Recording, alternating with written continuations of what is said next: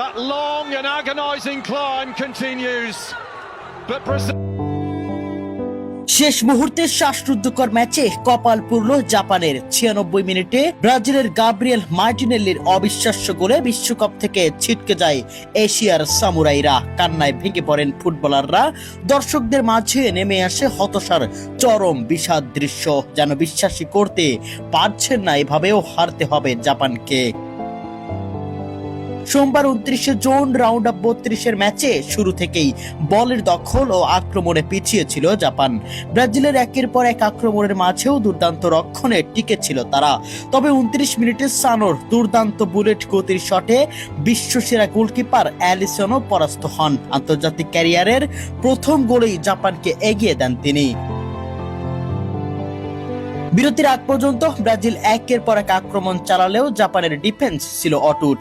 দ্বিতীয়ার্ধে ম্যাচের নিয়ন্ত্রণ ধরে রাখতে সর্বোচ্চ চেষ্টা চালায় জাপান, কিন্তু ব্রাজিলের অবিরাম চাপ, বলের দখলে আধিপত্য এবং ধারাবাহিক আক্রমণের সামনে শেষ পর্যন্ত স্বপ্ন ভেঙে যায় সামুরাই ব্লুদের। দীর্ঘ সময় সাহসিকতার সঙ্গে লড়ে গেলেও শেষ বাঁশি বাজার পর জাপানের ফুটবলারদের চোখে ছিল হতাশা। আর একটি ঐতিহাসিক জয় হাতছানি দিয়ে অধরাই থেকে গেল। ম্যাচ শেষে তাই কান্নায় ভেঙে পড়েন জাপানের ফুটবলার থেকে শুরু করে দর্শকরাও পর্যন্ত। যেন বিশ্বাসই করতে পারছেন না এভাবেও হারতে হবে জাপানকে।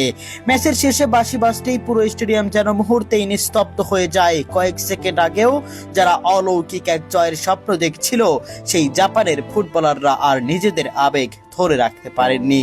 একে একে কান্নায় ভেঙে পড়েন তারা। কেউ হাঁটু গেড়ে বসে মাথা নিচু করে থাকেন, কেউ আবার চোখের জল লুকানোর ব্যর্থ চেষ্টা করেন। গ্যালারিতেও একই দৃশ্য, হাজারো জাপানের সমর্থকের চোখে জল, মুখে শুধুই হতাশার ছাপ। শেষ মুহূর্ত পর্যন্ত বুক ভরা আশা নিয়ে লড়াই করেও এমন নির্মম পরাজয় যেন কেউই মেনে নিতে পারছিলেন না।